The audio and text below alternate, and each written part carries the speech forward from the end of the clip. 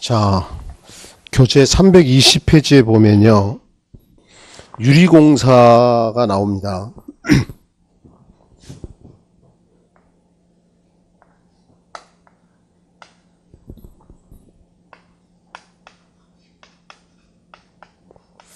이 유리공사는 시험 문제 나올 때가 있고 안 나올 때가 있어요. 한 문제 정도가 나오는데, 근데 이제 그 중에 우리가 눈여겨서 봐야 될 내용이 먼저 체크를 좀 먼저 좀 하려고 합니다.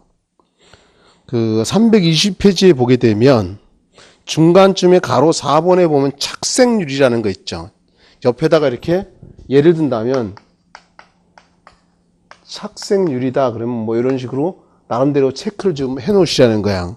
착색유리 일단 체크 먼저 하고 맨 아래쪽에 내려가 보면 로이유리요. 그 옆에지 맨 위에 강화유리, 9번에 접합유리, 10번에 망임유리, 그 다음에 맨 아래 내려가서 애칭유리, 그 다음에 뭐 요 정도야. 요 정도들이 시험에 중요한 것들입니다. 굳이 선별을 좀 한다면 이제 맨 처음에 보면 교재 320페이지로 다시 되돌아가서 맨 첫 페이지에 보게 되면 보통 판유리라는 게 나옵니다.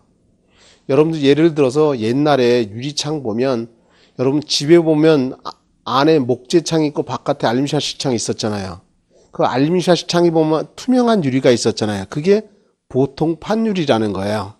이 보통 판유리는 최강용으로 쓰입니다. 최강용.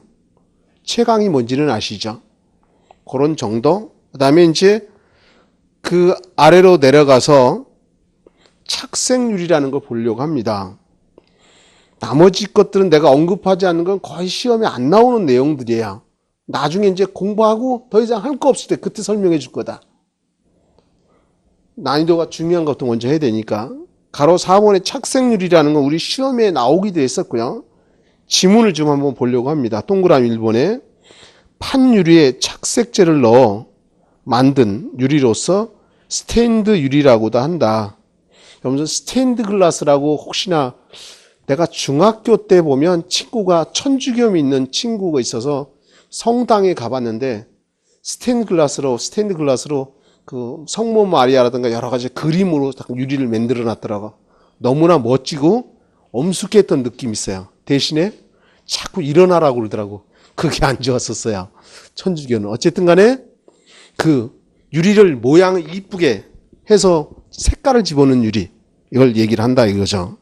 다시 이제 그 교재 2번 지문에 보면요. 교회 건축의 창, 천창 및 상업 건축의 장식용으로 많이 사용되고 있다. 착색유리가 곧 스테인드 글라스라는 얘기하는 거다 이런 얘기인 거예요.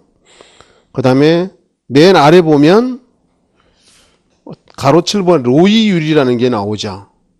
여기를 좀 한번 보시면요. 로이유리는 원래는 복층유리라는 걸 좀 먼저 알아야 되는데 옆에 지가 보면 중간쯤에 가로 11번에 복층유리라는 게 있나요? 요거 먼저 좀 설명을 할게요. 복층유리라는 것은 이걸 다른 말로 이중유리라고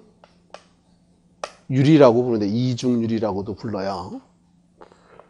그러면 왜 이렇게 부르냐면 여기다 이제 그림을 넣어볼게요. 유리가 이렇게 한 장이 있고 공기층이 있고 또 유리를 한 장 이렇게 집어넣었어요. 유리가 두 장입니다. 그래서 이중유리라고 하고 복층유리라고 하는데 물론 당연히 이 끝부분을 이렇게 막아 놓겠죠. 막아 놓는데 내가 지금 여러분한테 얘기하려는 거는 뭐냐면 이 학원 건물이 사무소 건물이잖아요. 유리창이 있는데 이 유리를 깨보면 유리가 두 장으로 돼 있어요. 이렇게 두 장으로 돼 있다는 거지. 이게 복층유리인데 예를 들어서 이 유리가 두께가 이 유리 두께가 6mm다. 그러면 가운데 공간도 6mm, 끝에 유리도 6mm. 그러면 6mm씩 3개면 18mm네요. 그죠? 이게 복층유리, 이중유리인데 이게 24mm도 있어요. 24mm면 38에 24잖아요. 그죠? 8mm씩 들어간다는 거죠. 내가 얘기하고 싶은 거는 이 가운데에다가 진공 상태나 특수 기체를 집어넣는 경우도 있어요. 이중 유리는 어떤 게 좋냐면 이거는 단열, 방음, 결로 방지. 결로라는 건 이게 매질결 이슬로자인데 설비 시간에 자세히 배울 겁니다. 간단하게만 언급을 하면 겨울철에 실내는 추우니까 난방을 빵빵 뜨는데 밖엔 춥잖아요. 그러면 실내하고 실외하고 온도차가 크죠. 유리창에 보면 물기가 쫙 껴있잖아요. 그게 결로 현상인 거야. 온도차가 클수록 잘 생기는 거죠. 결로가 생기면 안 좋은 거예요. 그래서 결로를 줄이려면 실내하고 실외하고 온도차를 줄이면 되고 이런 게 나중에 배울 거고, 지금 내가 여러분한테 얘기하고자 하는 것은 복층유리라는 게 있는데 이 복층유리에다가 그 전폐지의 가로 7번에 로이유리라는 걸 덧붙인 건데 여기다가 로이유리요. 이 로이유리는 이 복층유리에다가 여기에다가 여기다 그대로 이용합니다. 은을 코팅을 한 거예요. 여기다 금은 할 때 은을 코팅을 했어요. 그럼 예를 들은 거예요. 여기가 바깥쪽, 여기가 바깥쪽이, 여기가 실내 쪽이야. 그럼 겨울철 같으면 실내에 뜨거운 열기가 밖으로 이렇게 빠져나가면 에너지 낭비가 심해지잖아요. 열을 갖다가 못 빠져나게 반사시킨다는 거지, 은이. 대신에 태양이 뜨면 태양빛은 잘 들어오게 해요. 그래 환하잖아요. 나중에 또 얘기하겠지만 태양에는 세 가지 선이 있어요. 가시광선, 적외선, 자외선 이런 선이 있는데 가시광선은 태양이 뜨면 환하게 밝잖아요. 이게 가시광선이에요. 그 가시광선은 잘 들어오게 하고 열은 잘 못 나가게 해주는 거야. 그게 바로 무슨 유리다? 로이유리다. 그래서 로이유리 하면 에너지 절약. 머릿속에 지금 이 순간 로이유리 하면 에너지 절약 이렇게 기억할 거야. 교재로 가서 한번 지문을 볼까요? 로이유리. 320페이지 맨 아래 보면 로이유리 지문을 보려고 합니다. 동그라미 1번에 로이유리는 반사유리나 컬러 유리를 은으로 코팅한 것으로 창호를 통해 유입되는 태양 복사열은 내부로 투과시키고 내부에서 발생하는 난방열을 밖으로 빠져나가지 못하도록 개발된 유리다. 그래서 동그라미 2번에 보면 냉난방비를 절감할 수 있는 에너지 절약형 유리다. 에너지 절약형 유리. 이게 키워드다 이런 얘기인 거죠. 그죠? 요즘에 짓는 대부분의 건물들은 로이유리라는 걸 많이 씁니다. 그 다음에 옆 페이지 가보면 강화유리라는 게 나오는데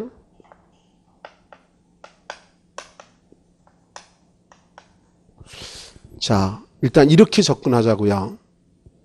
여러분들 자동차 유리 있잖아요. 그게 강화유리입니다. 그리고 이제 상담실에 보면 강화유리문 있잖아요. 그죠? 아까 창호에서도 그랬지만 플로우 힌지 그릴 때 유리로 된 문 있잖아요. 그게 강화유리예요. 이건 어떻게 만드냐면요.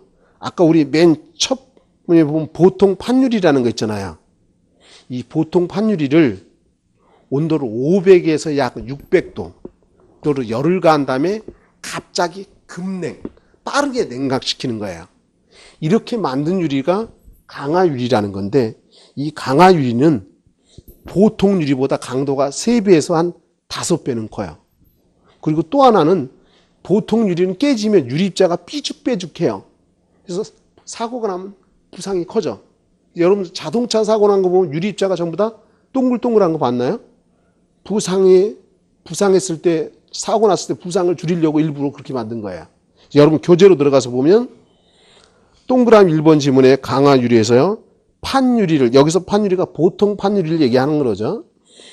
600도씨까지 가열한 후, 여러분 책 600도로 되지만 정확하게 딱 600도 아니고 500에서 600도에 정확히 말하면 600도 정도로 가열한 후 급냉하여 강도를 높인 안전유리다. 이 입자가 동글동글하니까. 그래서 동그라미 이번에 투시성은 같으나 강도가 5배 증가됩니다. 내가 조금 아까 그랬죠. 3배에서 5배 정도 보통 유리보다. 제조 후 절단 등의 가공은 불가능하다. 우리 보통 일반 유리는요, 유리칼로 이렇게 잘라서 쓸 수 있는데 이 자동차 유리, 강화 유리는 자기 마음대로 잘라 쓸 수 없다는 거죠. 현장에서 만들어서 온다는 거죠. 공장에서. 그러니까 이 소리 뭐야? 현장에서 가공을 할 수가 없다라는 거지. 얘기예요. 그래서 거기에 가공은 불가능하다 이렇게 나오는 거죠. 이제 그 아래 접합 유리도 지문을 보려고 합니다. 유리 사이에 플라스틱 필름을 넣고 150도씨의 고열로 강하게 접착하여 파손되더라도 파편이 떨어지지 않게 만든 안전유리다. 그 1번 지문 앞부분에 보면 유리 사이에 플라스틱 필름을 넣고 이렇게 돼 있잖아요. 여기 좀 보실래요? 내 두 손이 유리라고 치고 이 두 유리 사이 요걸 갖다가 거기 나온 것처럼 플라스틱 필름이 있는 거야, 가운데. 이해할 수 있나요? 이 마이크가 플라스틱 필름이라고 보시면 되고 그 겉에 양손은 유리가 있는 거야. 이런 걸 거기 나온 것처럼 접합유리라고 한다는 거야. 왜? 그 뒤에 보면 동그라미 1번 둘째 줄 뒤에 보면 안전유리라는 얘기가 나오잖아요. 여기 좀 볼래요?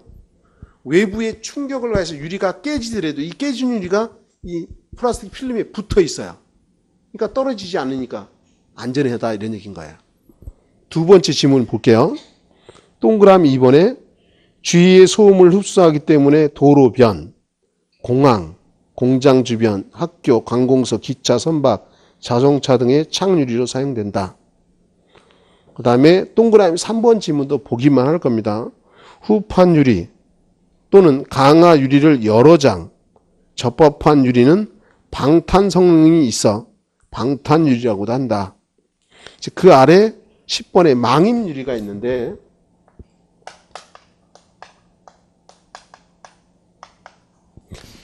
여기 한번 보시면요. 유리가 이렇게 있으면 이 유리 안에 금속 철망을 이렇게 집어넣는 거예요. 금속 철망을. 이런 유리를 망임유리라고 하는데 이 망임유리는 어디에 쓰냐면 도난 방지나 또는 화재 예방. 어떻게 화재를 예방하느냐라는 얘기는 열이 통과할 수 없어요. 막혀 있으니까. 이런 표현을 씁니다. 그래서 거기 망임유리에 보게 되면 유리 내부에 금속망을 삽입하고 압착 성형한 판유리로서 철망유리 또는 그물유리라고도 한다. 동그라미 이번에 깨어지는 경우에도 파편이 튀지 않고 연소도 방지할 수 있어 안전이 요구되는 곳에 사용된다. 결론적으로 얘기하면 시험 문제 도난 방지, 화재 예방 이런 것에 쓰인다는 거야. 그 다음에 그 아래 복층유리는 조금 전에 설명했죠. 맞아요? 여기다가 복층유리 얘기했잖아요. 그죠? 그래서 그 아래 가로 12번에 보면 포도유리라는 게 있죠. 영어로 프리즘 글라스라고 되어 있는데 보도 밑에 지하실 등의 채광용으로 사용된다라고 되어 있는데 여기 좀 한번 보실래요? 처음이니까 내가 설명을 좀 하면 건물이 고층 건물이 이렇게 있고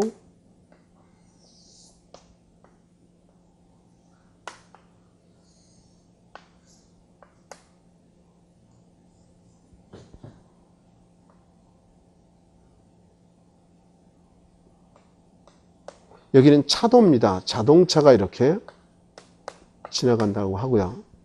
건물이 이렇게 있다고 한다면 이게 지하층이에요. 지하층이면 여기는 보도입니다. 사람이 걸어 다니는 데요. 그러면 이 지하실에 태양빛이 들어와야 될 거 아니에요. 그죠? 그래서 여기다가 요 위에다가 유리를 갖다가 이렇게 바닥에 이렇게 설치했어요. 사람이 걸어 다닐 수 있고 태양이 뜨면 태양빛이 지하실로 들어와요. 지하실이 환해진다는 거지. 요 유리를 갖다 우리가 포도유리라고 하는 거야. 포도유리라 했더니 포도로 만든 유리 생각하면 안 돼요. 정확하게 말하면 도로 포장용이에요. 도로 포장용. 그 지문 한번 보면 보도 밑에 지하실 등의 채광용으로 사용된다 이렇게 돼 있죠. 개념만. 혹시 몰라서 하는 건지 그 아래 가로 13번에 보면 유리블록 얘기가 나와요. 유리블록 얘기가 나오는데 여기 좀 한번 보실래요? 유리블록은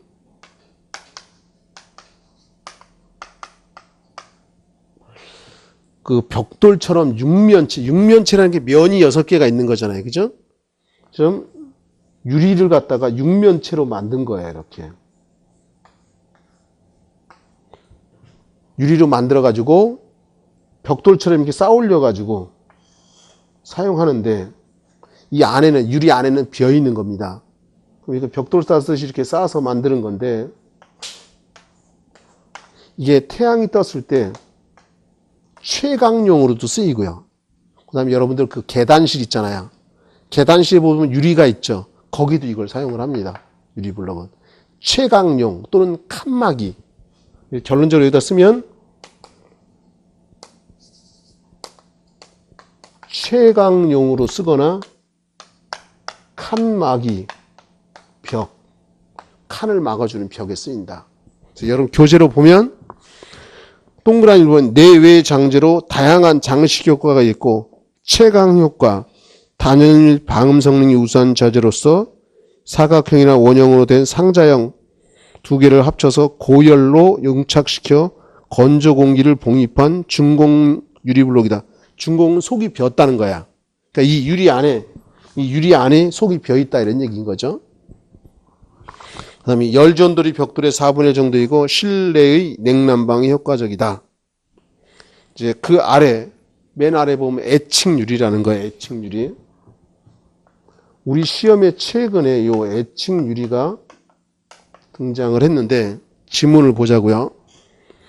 장식용으로 쓰는 유리예요. 이게 유리가 불화수소에 부식되는 성질을 이용하여 유리면에 그림이나 무늬, 모양, 문자 등을 새긴 유리로 조각유리라고도 하며 장식용.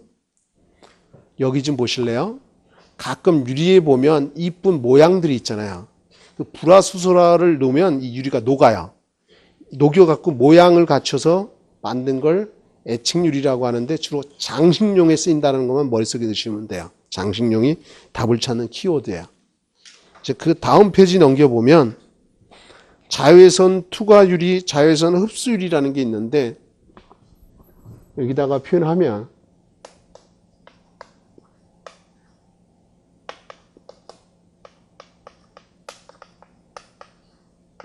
자, 여기 좀 한번 보실래요? 투과라는 건 통과한다는 거야. 자외선이 통과한다는 건데 한번 여기 설명할게요. 처음이니까 여기다가 태양에는 3가지 선이 있어요. 태양에는 3가지 선이 있는데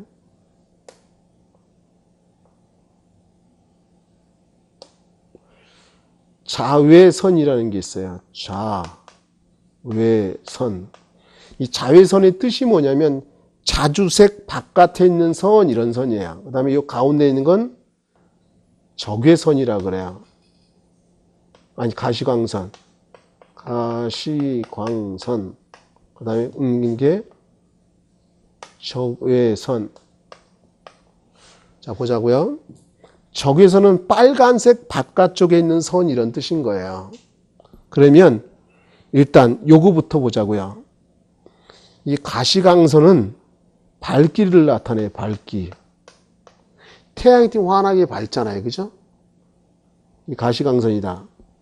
그러면 적외선은 뭐냐? 열선이에요. 열선. 우리 태양이 뜨면 어떻게 해요? 겨울철에 추우면 태양빛 쬐는 데 있었잖아요. 그죠? 열선이라고 하는 거죠. 이 자외선은 여기에 270에서 320 나노미터 정도에 있는 게 자외선인데 이 자외선은 살균선이라고 그래요. 살균선. 내가 어렸을 때 이불에다가 오줌을 싸잖아요. 세계 지도를 그리면 어머니가 그 이불을 갖다 담벼락에다 널어요. 빨래줄에 넣으면 잘 층층하니까. 근데 나는 창피한데 친구들이 있는데 오줌 싼 거 보여주면 안 좋잖아요. 방 안에서 어떻게 말렸으면 좋겠는데 꼭 어머니는 담벼락에다 널더라고. 근데 왜 보통 유리는요, 아까 보통 판유리라는 거잖아요. 그 유리 안에 산화철 성분이라는 게 있어서 자외선이 못 들어와요. 유리창을 못 들고 들어온다. 그래서 살균 효과가 없어요. 근데 자외선 투과 유리는 자외선이 통과하는 유리잖아요. 이 보통 유리에서 철 성분을 제거한 거야. 그러니까 자외선 실내까지 들어올 수 있다는 거지. 이해할 수 있어요? 그러면 내가 살균선이라고 그랬잖아요. 이걸 도르노라는 사람이 발견을 해서 도르노선이라고도 하는데, 어쨌든 간에 보통 유리는 자외선이 못 들어온다. 그러면 그 보통 유리에서 산화철 성분을 제거해서 자외선이 들어오면 살균 효과가 있더라는 거죠. 그래서 어디 쓰느냐? 일광욕실이라든가, 뭔 소리인지 아시죠? 병원들 균들 있잖아요. 살균에 쓴다는 거예요. 그러면 이렇게도 접근해 보자고요. 그 교재에 자외선 흡수율이라는 게 있잖아요. 투과를 하는 것도 있고 흡수는 투과가 안 되게끔 한다는 거잖아요. 그죠? 지문에 먼저 자외선 투과율부터 보자고요. 보통 유리의 성분 중 철분을 줄여 자외선 투과율을 높인 유리로서 병원의 썬룸, 결핵요양소, 온실 등에 쓰인다. 이해할 수 있겠죠. 그러면 이런 얘기를 좀 마지막으로 하고 그 다음으로 넘어가려고 그래요. 우리 요즘에 그런 얘기 많이 하잖아요. 선크림 많이 바르라고 하잖아요. 그죠? 나도 우리 안사람이나 우리 딸들이 어디 나가려면 꼭 선크림 바르라고 막 난리쳐요. 그래서 발라주라고 귀찮으니까 그러기도 하는데, 이 자외선에 보면 좋은 자외선이 있고 나쁜 자외선이 있어요. 좋은 자외선은 아까 내가 270에서 320 나노미터인데 좋은 자외선은 290에서 310 정도 돼요. 이 좋은 자외선은 살균 효과가 있는데, 살균 효과도 있지만 우리 피부에 암을 일으켜, 피부암. 또 바다에 있는 플랑크톤이 먹이사슬이 맨 아래에 있는 거잖아요. 플랑크톤을 사멸시켜요. 그래서 선크림을 바르고 다니라는 거잖아요. 그죠? 그래서 어쨌든 좋은 자외선도 있고 나쁜 자외선도 있더라는 거야. 이해할 수 있겠죠. 그리고 우리가 햇빛을 하루에 30분 정도는 봐야 비타민 D를 만들어낼 수 있다는 그런 얘기 들잖아요. 뼈가 튼튼해지고 이런 거잖아요. 그 정도. 그 다음에 가로 16번에 보면 자외선 흡수율이 세늄, 티타늄, 바나듐을 함유시킨 담청색의 투명유리로서 자외선 차단유리라고 한다. 자외선을 통과 못하게 한다는 거죠. 자외선을 피해야 하는 곳, 의류 전시장. 왜? 의류라는 게 옷 파는 거잖아요. 여러분들 보면 이런 거 봤어요? 오래된 책 보면 누렇게 뜨잖아요. 그게 자외선 때문에 그런 거예요. 옷도 오래된 옷은 어떻게 누렇게 뜨잖아요. 그죠? 그게 자외선 때문에 그래. 근데 상품이 누렇게 떠버리면 안 되잖아. 그래서 의류 진열장, 식품도 마찬가지죠. 약품 창고 이런 데 쓰인다는 거죠. 이게 다는 아닌데 이런 거구나. 요 정도. 이제 그 옆에 지 가보면 도장공사 얘기가 나옵니다. 도장공사. 여기다가 정리를 해보도록 하겠습니다.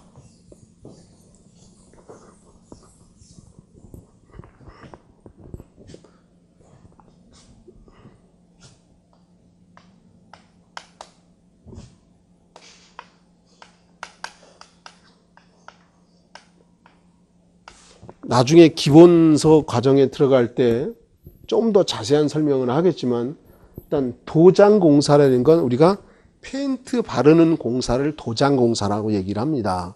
근데 내용을 들어가기 전에 페인트를 왜 바르느냐는 거예요. 상식적으로 이쁘게 보이려고 하는 거죠. 미장 효과가 있다는 거야. 또 하나는 녹 쓰는 걸 방지하는 거예요. 녹 쓰는 거. 방청이라 그래. 녹 쓰는 걸 방지하는 방청. 그 다음에 내구성을 크게 해요. 좀 수명을 길게 해준다. 튼튼하게 해서. 이런 목적 때문에 도장공사라는 거 한다는 거예요. 근데 여태까지 시험이 제일 많이 나오는 게 여러분 교재 보면 박스 02번에 보면 도장공사 시 일반 사항 있잖아요. 이게 제일 많이 나왔던 거예요. 여태까지. 그 중에 하나 문장을 바꿔서 답이 된다는 거예요. 이걸 나중에 별표 곱하기 100을 하겠지만 일단 그 위에 있는 우리가 도장공사를 하는데 그 맨 처음에 도장공사의 목적 있잖아요. 그냥 보기만 할 거다. 목적은. 건물을 보호하고 아름다운 외관을 부여하기 위하여 하는 공사이다. 최근 도장의 도장 기술은 반균, 균을 방지한다는 거지. 방식, 썩는 걸 방지한다는 거지. 방화, 화재를 방지한다. 내 방사선, 방사선을 차단한다. 등과 같은 특수 목적의 기능이 추구되고 있다. 그런가 보다 하시면 되건지 그 아래 시험에 중요한 건 도장 공사 시 일반 사항.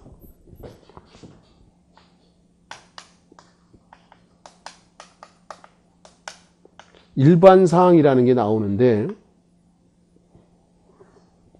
일반 사항 중에 문장 하나씩 바꾼다고 얘기했는데 한번 자세히 한번 볼 겁니다. 1번.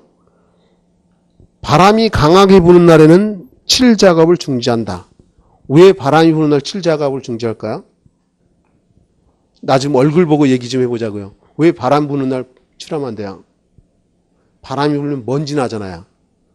페인트 칠했는데 먼지 가서 묻어버리면 꽝 될 거 아니에요. 그죠? 그래서 바람이 많이 부는 날은 도장 공사를 하면 안 된다 이런 얘기인 거예요.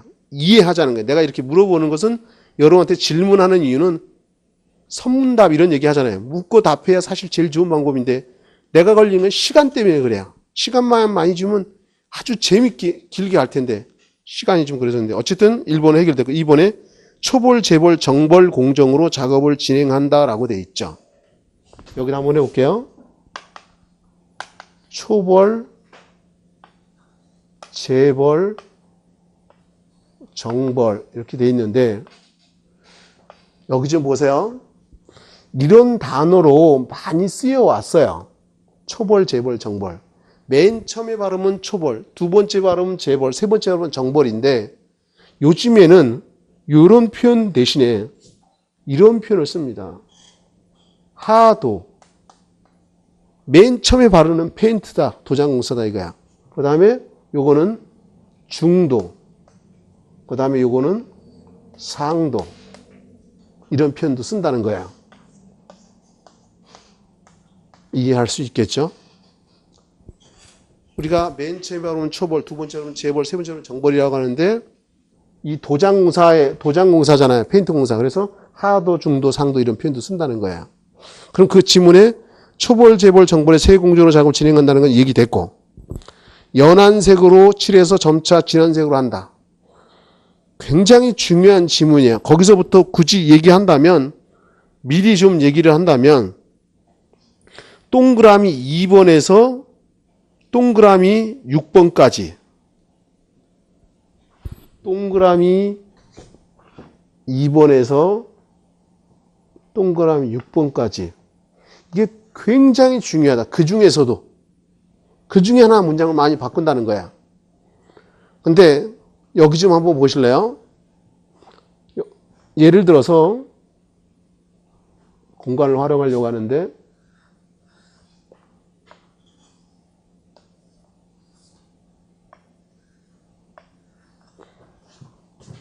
한 번 바르고 두 번 바르고 세 번 바르는데 색깔이 똑같으면 발랐는지 안 발랐는지 구분이 안 될 거 아니야. 그렇죠? 그래서 연한 색에서 점차 진한 색으로 발라야만이 내가 몇 번 바르는지 구분할 수 있다는 거지. 이해할 수 있겠죠. 그 다음에 그 아래 네 번째 칠막의 각 층은 얇게 하고 충분히 거주신다. 얇게 여러 번 바르는 게 좋은 거예요. 두꺼우면 잘 건조도 안 되고 도막에 균열도 생기고 얇게 바른다는 거고 충분히 건조시키고 그 다음에 동그라미 보니 야간 작업은 금하는 것이 좋다. 왜 금하느냐 이런 거죠. 밤에는 색깔 구분이 잘 안 돼요. 근데 기껏 칠했는데 색깔이 좀 다르면 꽝이잖아요. 그죠? 만약에 공사가 급해. 준공일이 얼마 없어. 그럼 어떻게 해요? 대나처럼 밝게 해놓고 공사를 해야 된다 이런 뜻인 거예요. 그 다음에 그 아래 보면 도장 동그라미 6번 도장 후 서서히 건조한다. 지금 이 순간부터 빨리 한다 그러면 무조건 답이라고 보시면 돼. 99.9%가 그래요. 거꾸로 빨리 도장하면 안 된다. 그러니까 우리나라 말은 끝까지 읽어봐야 되잖아. 왜냐하면 왜 서서히 하냐면 사람도 그래요. 저는 성격이 급한데 어떻게 인내력이 좀 강하다 그러더라. 한의사가. 뭐 나중에 얘기하겠지만 이거 다 치밀해요. 하다못해 책상 위에 책이 똑바로 안 내 있으면 공부가 안 될 정도로. 근데 우리 안 사람 막 서두르다 보면 바쁘니까 잊어버리잖아요. 내가 했던 것까지 잊어버리게 만드는데 어쨌든 간에 내가 얘기하고자 하는 초점은 그런 거야. 거기서 얘기하던 게 빠르면은 사람도 실수한다. 그러면 도장도 빨리 마르면 어떻게 해요? 빠르게 건조하면 균열이 생긴다는 거야, 도막에. 페인트 칠했는데 거기 균열이 이렇게 생긴 꽝이잖아요. 그죠? 그래서 서서 해야 한다. 지금 이 순간부터 하여튼 무조건 서서 해다. 빨리다 그러면 그게 답이라고 보시면 된다는 얘기야. 그 다음에 그 아래 동그라미 7번에 보면 건조제를 많이 첨가하면 도막에 균열이 발생한다라는 거. 이 얘기가 어떤 거냐면요. 여기 좀 보실래요?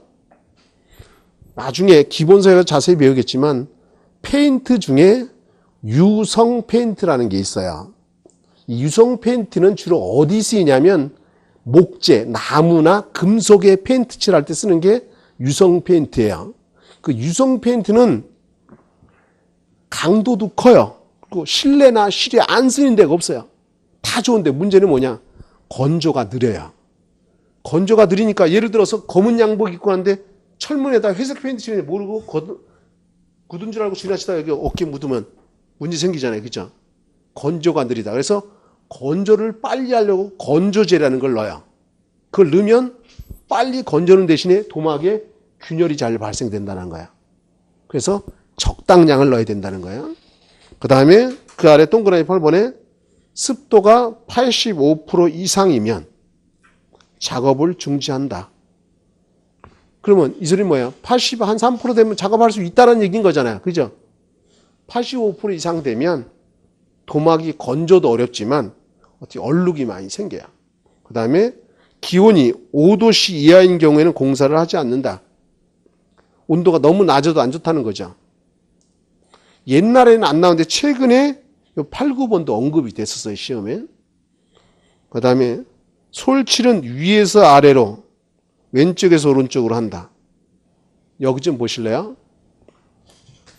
솔칠은 굳이 그린다면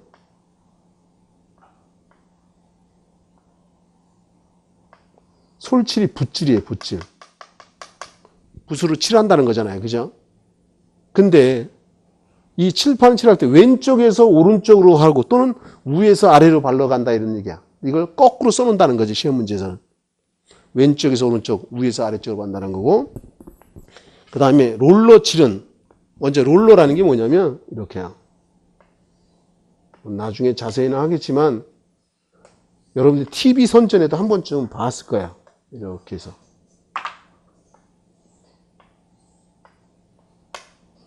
누구나 페인트라는 거 있죠. TV 선전에 보면. 여기 롤러야. 벽에다가 이렇게 문지르면 이거보다 훨씬 빠르겠죠. 작업이. 이게 롤러 칠이에요. 지문에 보면 롤러 칠은 평활하고 큰 면을 칠할 때 적당하지만 두께가 일정하지 않다. 이 소리는 뭐냐면 여기 볼까요? 이 면이 평활하면 괜찮은데 예를 들어 이렇게 들어간 부분도 있고 나온 부분도 있을 거 아니야. 그죠? 그럼 이 롤러 칠을 하게 되면 나온 데는 여기 페인트 칠이 들어간 데는 안 될 거 아니야. 그러니까 페인트 두께가 일정하지 않다는 거지. 이해할 수 있겠죠. 이제 사실은 이게 붓칠, 롤러칠, 그다음에 뿜칠이라는 거. 아까 뿜칠이라는 게 뭐냐면 아까 건이라는 거 얘기했잖아요. 총.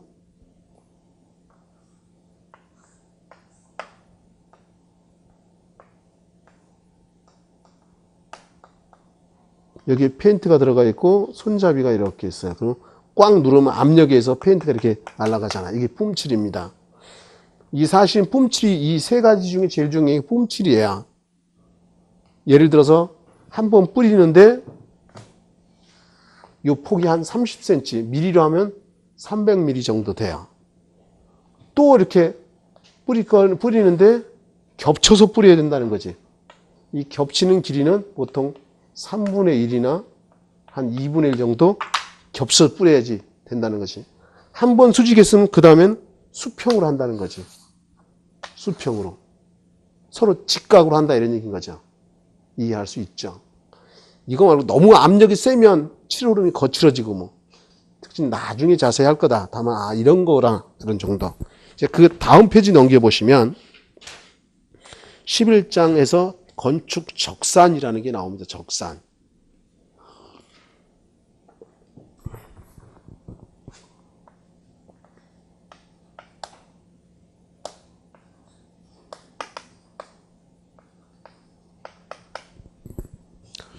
자, 여기 한번 보시면 이 적산이라는 건 뭐냐면 이게 쌓을 적자입니다. 이 적산을 다른 말로 하면 수량, 산출이라고도 부르는 거야. 예를 들어 이 건물을 지려면 저 문짝이 몇 개, 유리창이 몇 개, 뭐 예를 들어 콘크리트 양은 얼마, 벽돌 양은 얼마, 이렇게 수량을 산출하는 걸 적산이라고 한다. 그 다음에 이제 여기다 따로 정리를 해본다면 이런 거죠. 적산이 있고 견적이라는 게 있어요. 요 적산은 조금 전에 수량 산출이라고 얘기했어요. 그죠? 문짝이 몇 개, 유리창이 몇 개, 이런 거, 벽돌 몇 장. 견적이라는 건 뭐냐면요. 요 수량 산출에다가 단가가 금액이잖아요. 곱해서 만든 게 견적이다 이거야. 여러분들이 나중에 이제 관리소장님 되시면 예를 들어서 하자 보수 같은 것도 할 거 아니에요. 그죠? 5년마다 어떻게 페인트 칠 다시 해야 될 거 아니에요. 그죠? 장기 수선 계획에 의해서. 이런 거 들어봤을 거야. 그러면 업체 불러다가 딱 한 곳 시키면 안 되잖아요. 욕먹잖아. 어떻게 최소한 견적을 2곳이나 3곳 정도는 봤잖아요. 그리고 또 여러분이 결정해도 되지만 결정하면 주민들이 또 사람이 가지각색이잖아요. 100명이면 100명 다 생각이 다르잖아. 그렇게 하면 욕먹잖아. 여러분이 관리소장 되면 이런 거죠. 견적업체 3군데 해놓고 대신 설명해 주는 거지. 여기는 가격이 너무 싸서 좋은데 나중에 부도 나서 하자보수 못할 확률이 있다. 뭐 여기는 너무 비싸다든가. 예를 들어 여기는 금액도 적당하고 나중에 문제 생기면 할 수 있다든가 해서 소개만 해준 거야. 그러면 어떻게 주민 대표들이 어떻게 결정해 줄 거 아니야. 그러면 여러분들도 일 잘한다라고 하지. 혼자 지 맘대로 결정해 놓고 마음에 안 드는 사람이 있어요. 똑같은 물건도 컵에 물이 반 있는데 아직도 반 있다라고 하는 사람도 있고 이제 반밖에 없다는 사람이 있듯이 다르잖아. 그죠? 나중에 차츰 강의하면서 얘기하겠지만 수량 산출에다가 단가를 곱한 게 견적이다. 견적을 받을 때는 최소한 2-3곳은 봤어야 된다. 여러분이 관리소장이 됐다고 결정하는 게 아니다. 그래 나중에 욕만 먹고 무능하다는 소리밖에 안 들으니까. 근데 요 견적이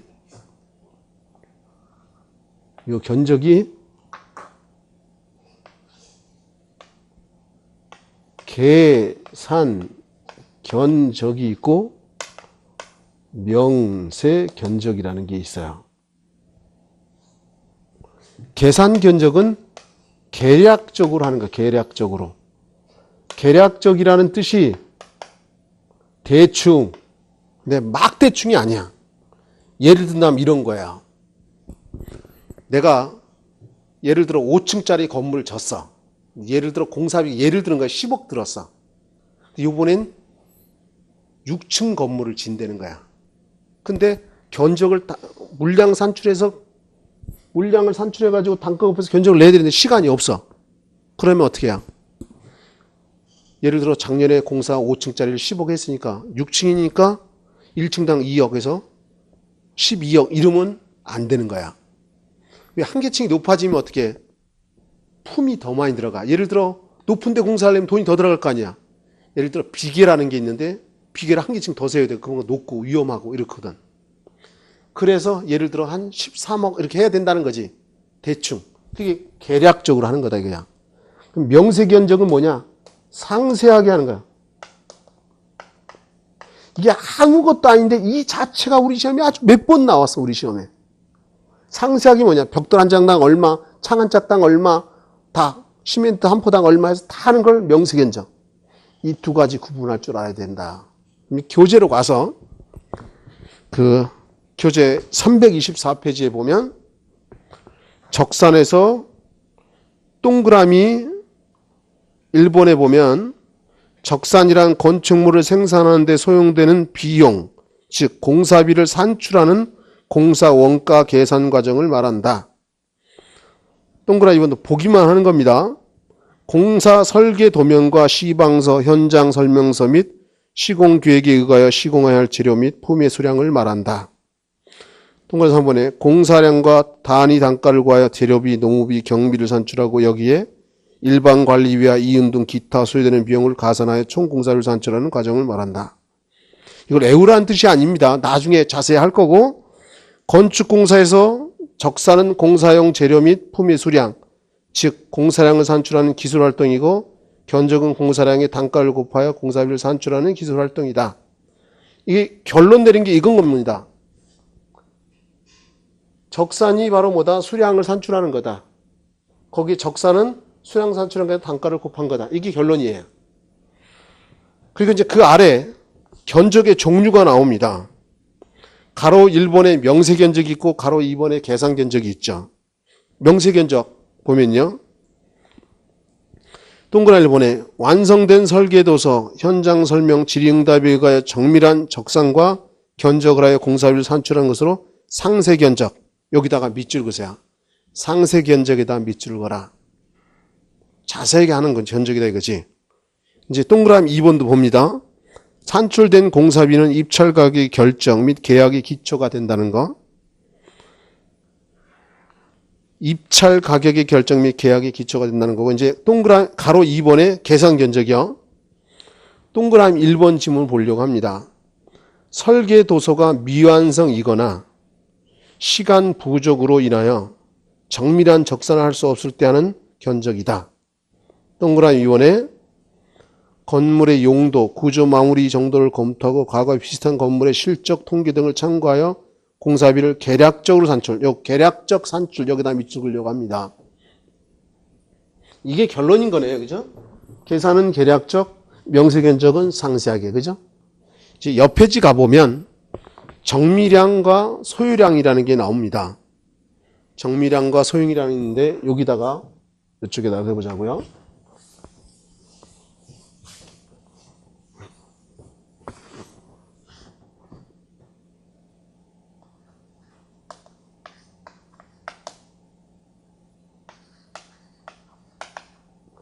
정미량을 구하는 방법이 있고 소유량을 구하는 게 있는데 요 정미량은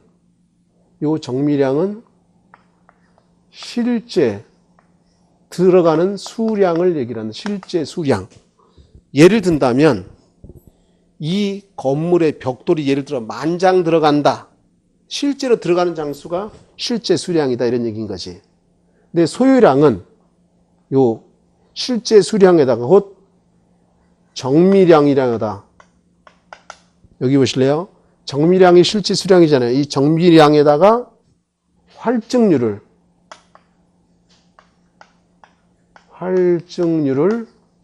더해서 계산을 합니다.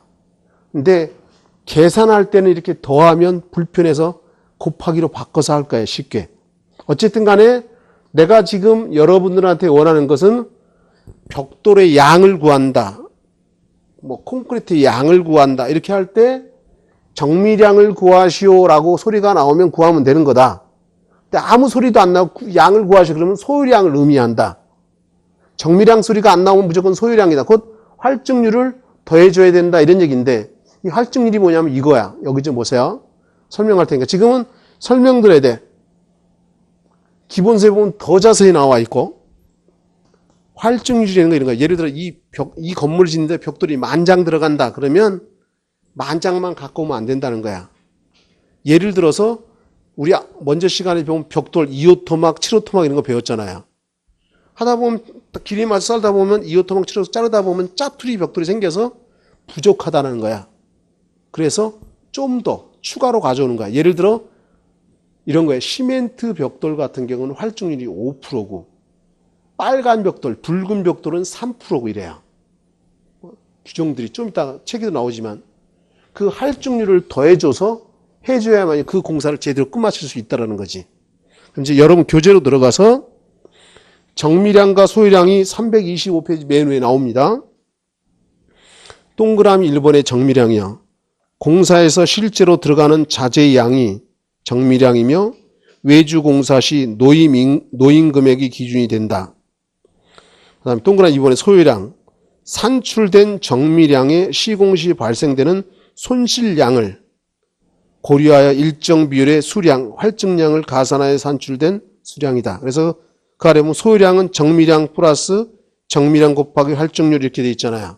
그러니까 이걸 더해서 계산하면 계산 과정 한 번 더 해야 돼요. 그래서 간단하게 그렇게 표현한 건데 계산은 실제로 이제 나중에 보여줄 거고 그 아래 활증률을 한번 보세요. 활증률에 보게 되면 1%에 보면 유리가 활증률 1% 더 해줘야 된다는 거지. 그 다음에 3%에 보면 붉은 벽돌이 빨간 벽돌 얘기하는 거죠. 그 다음에 내화 벽돌은 불에 강한 벽돌이고 뭐 이영철근 이런 것들이 3%가 된다는 거죠.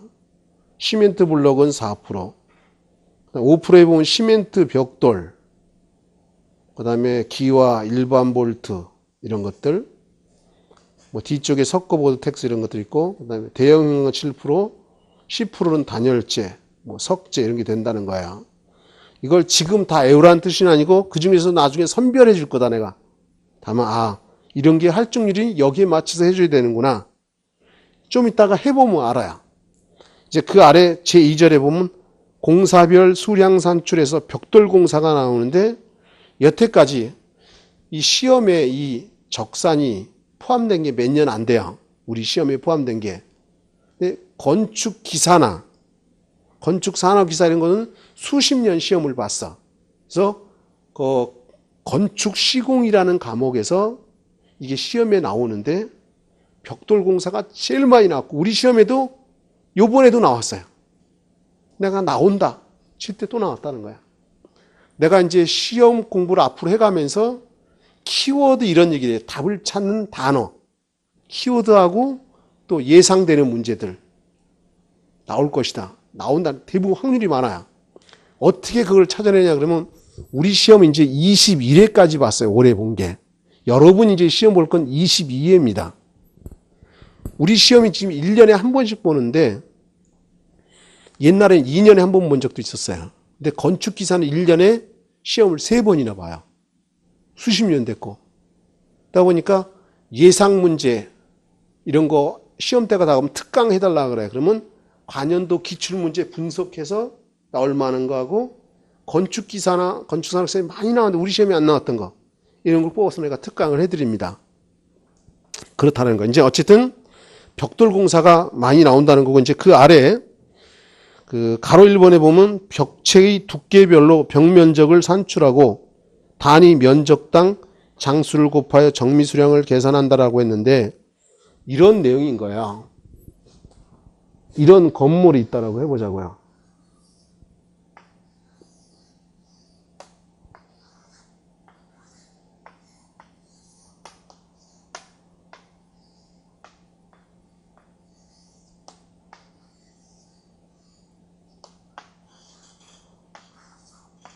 이런 건물이 있으면 여기다 벽돌을 싼다는 거야. 물론 이 중엔 창이 또 이렇게 있겠죠. 그럼 창에는 벽돌을 안 쌌잖아요. 요 면적은 빼야 될 거 아니에요. 그죠? 또 기준도 있어요. 1제곱미터 이하면 안 빼고 또 기준인데 어쨌든 간에 창도 있고 문도 있을 수 있다 이런 얘기인 거죠.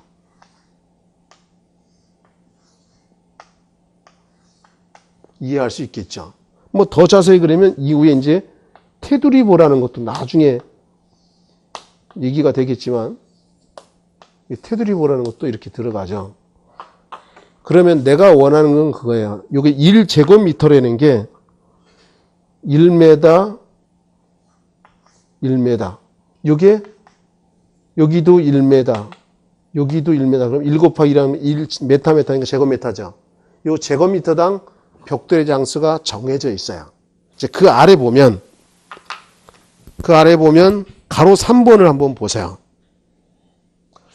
벽돌 쌓기 기준량이라는 게 있는데 맨 위에 9분 오른쪽에 뭐 0.5B, 1.0B, 1.5 이런 게 있고 그 0.5B의 아래 보면 표준형은 75장 이런 게 나와 있나요? 그러면 이제 여기를 보세요. 우리가 할 거는 표준형만 알면 돼. 그 일반형 참고 놓고 그거 하기 전에 이제 그 위에 가로 2번을 먼저 보자고요. 계급부 면적과 임방은 면적에서 공제한다. 여기 좀 볼래요? 계급부라는 건 이런 창이나 이런 문을 계급부라 그래요. 계급부에는 벽돌이 안 들어가잖아요. 당연히 빼야 되겠죠. 당연한 거 아닙니까? 그 다음에 인방이 뭐냐면 여기 좀 보세요. 창이 만약에 여기 딱 테두리문 밑에 있는 경우도 있지만 창이 이렇게 있는 경우도 있어요. 그러면 이 창에 이렇게 균열이 생기니까 균열을 방지하기 위해서 밑에 되면 밑인방이라고 하고요. 위에 되면 윗인방이라고 하는 거예요. 여긴 벽돌 들어간 거 아니잖아요. 근데 요거 경우도 요건 당연히 이렇게 밑인방을 대야 되겠죠. 맞아요? 균열이 가는 걸 방지하려고. 근데 이건 테두리보 밑에 있으면 윗인방이라는 게 필요 없잖아요. 그죠? 이럴 때 이 인방엔 벽돌 들어가 안 들어가? 안 들어간다는 거. 이건 제외한다. 당연한 거죠. 그리고 이제 그 아래 가로 3번에 벽돌 쌓기 기준량 얘기가 나오는데 요거를 내가 설명을 하려고 합니다. 여기를 한번 보시면요.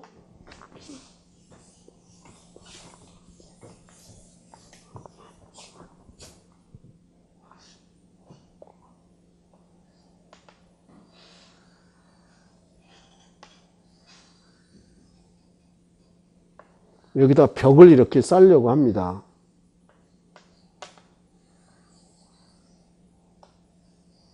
이렇게 벽을 쌓으려고 해요.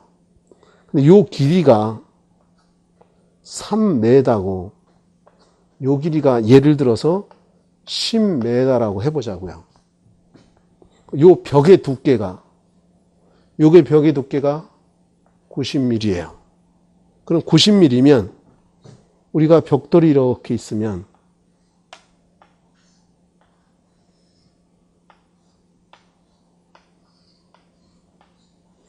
여기서부터 여기까지를 길이라고 하고 190이죠. 여기서 여기까지가 너비라고 하고 90. 여기서 여기까지가 57 이렇습니다. 그러면 이 벽을 쌓는데 여기 좀 볼래요? 이 벽을 쌓는데 이 벽 두께가 만약에 90mm다. 그럼 이걸 갖다가 뭐라고 하냐면 0.5b 쌓기라고 얘기를 해요. 만약에 190이다. 이 벽 두께가 190이다 그러면 192로 쌓다 그러면 1.0b 쌓기 이렇게 부른다라는 거야. 만약에 290으로 쌓는다 그러면 290이면 여기다 넣어볼게요. 여기다가 190이잖아요. 그죠? 여기다 넣어볼게요.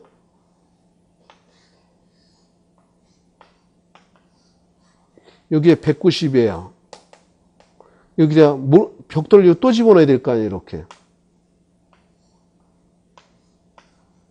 넣는데 이 벽돌이 90mm예요.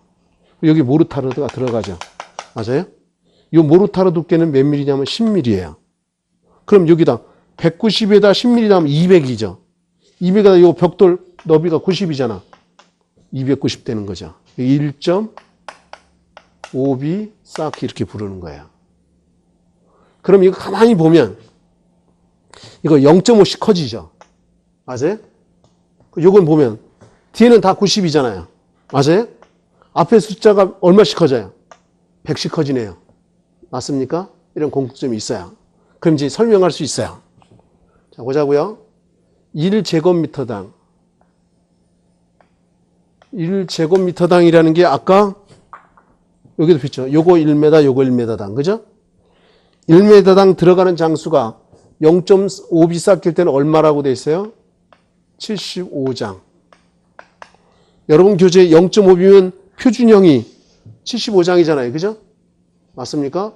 그 다음 1.0b면 얼마로 돼 있어요? 1.0b면 149장. 이렇게 돼 있잖아요.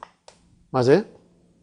그러면 1.5b면 요 두 개 더하면 되는 거야. 요 두 개 더하면 224장이 나와요.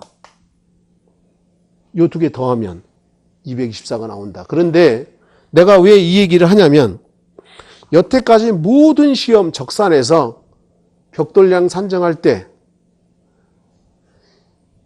1.0b 아니면 0.5b 많아봐야 이건 가끔 나오는 거야. 그럼 요 두 개 알면 요거 두 개 더하면 요거 할 수 있잖아요. 그죠? 이해하십니까? 계산해 주면 된다. 그러면 여기다가 해보자고.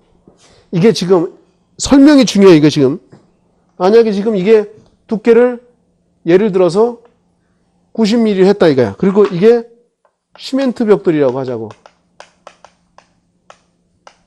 이랬을 때 정미량을 구하시오 한번 해보자고. 정미량. 정미량은 실제 들어간 장수잖아요. 그죠? 그럼 자 보세요. 어떻게 하는지. 일단 3m 곱하기 몇 m예요? 10m. 그죠? 맞습니까? 거기다가 1제곱미터당 몇 장이에요? 75장이잖아요. 이거 90mm니까 몇 장이에요? 75장이잖아요. 그죠? 곱하기 75장. 이게 정미량이에요. 그럼 요거 더하면 얼마나요? 30이잖아요. 맞아요? 30에다가 75 곱하면 나올 거 아니야. 한번 계산기 두들겨 볼래요? 얼마 나오나?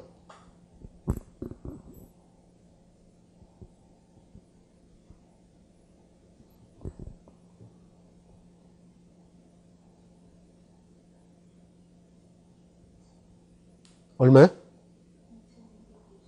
2250 딱 떨어집니까? 맞아요? 정미량을 구하시오. 그럼 이게 답이에요. 근데 여기 좀 보세요. 이제 또 해보려고 그래. 이번엔 소요량을 구해라. 소요량 하게 되면 정밀에다가 활증률을 더해줘야 되잖아요. 그죠? 맞습니까? 그럼 잘 보세요. 내가 이렇게 원칙은 이렇게 정밀에다가 활증률을 더해줘야지만 계산은 간단하게 한다고 했는데 일단 두 가지를 다 보여줄 거야. 일단 정미량이 2250장이죠. 여기다 플러스 뭐 해야 돼요? 활증률 해줘야 되죠. 시멘트 벽돌의 활증률이 몇 프로예요? 그 위에 교재에 보면? 시멘트 벽돌 5%죠. 그죠? 그럼 여기 좀 보세요. 이렇게 하는 거예요. 정미량 2250 곱하기 5%면 여기 좀 보세요. 자, 보세요. 100%가 1이죠. 맞아요? 10%면 0.1이죠. 맞아요? 그럼 5%면 0.05 이렇게 되는 거죠. 맞아요? 그럼 여기 봐봐. 곱하기 0.05 이렇게 하면 요거대로 해보면 이런 거잖아. 봐야 돼. 요거대로 하면 요거 곱한 다음에 이걸 또 더해줘야 되잖아요. 근데 이렇게 하자는 거야. 어떻게 할 거냐면 2250 곱하기로 바꾸고 요거 똑같죠. 100%가 1이라 그랬잖아요. 그죠? 그럼 요거 대 100%니까 여기다가 1.05 이렇게 하면 이건 바로 한 번만 곱하면 답이 나와. 이거보다. 한번 두들겨 보세요. 이거 곱하고 나서 요거 더해보고 요거 곱해보고 한번 계산기 두들겨 보면 한번 해보세요. 이거 먼저 해보세요. 이거 얼마 나옵니까? 이게 2362.5 이렇게 나옵니까? 그러면 보세요. 여기 먼저 봐야 돼. 계산기 두는 게 아니라 2362.5장 보내주세요. 그러면 네가 만들었어. 이렇게 나와요. 내가 무슨 얘기할 거냐면 여기 소수점이잖아. 이거 반올림 시켜줘야 된다 이거지. 그러면 몇 장 시켜야 된다라고요? 2363장이 답이다 이런 얘기인 거야. 건축기사는 이렇게까지 등장을 해요. 그럼 요거 곱하고 이거 하면 똑같이 나오겠네요. 그러면 내가 여러분한테 얘기하고자 하는 취지가 이런 거야. 원칙은 소요량은 정밀에다가 활증량을 더해서 하지만 복잡하잖아. 이렇게 해야 되니까. 그죠? 맞습니까? 그러면 간단하게 곱하기로 해서 이렇게 하는 게 훨씬 빠르다. 그러니까. 만약에 이게 시멘트 벽돌이니까 1.05 했지만 만약에 붉은 벽돌, 내화 벽돌은 3%죠. 그럼 여기다가 1.03 해주면 된다는 거야. 이해할 수 있겠죠. 그래서 그 위에 그 여름교재 325페이지 위에 활증률 위에 보면 소요량은 정미량 플러스 가로 열고 정미량 곱하기 활증률인데 맞습니까? 이거를 이렇게 하지 말고 이렇게 하자 이런 얘기인 거예요. 이해하실 수 있을까요? 그리고 이제 그 아래에 수량 산출 방법에서 정미 수량은 벽돌 쌓기 면적 곱하기 단위 면적당 장수. 소유수량은 정미량, 수량 플러스 정미량 곱하기 활증률 가로 닫고 이렇게 한다는 거죠. 이제 요 방법을 알려드렸네요. 그죠? 노랗게 하는 방법이요. 이제 요 정도 하고 이제 그 다음 파트가 2편 건축 설비입니다. 요건 좀 쉬었다가 다시 하도록 하겠습니다.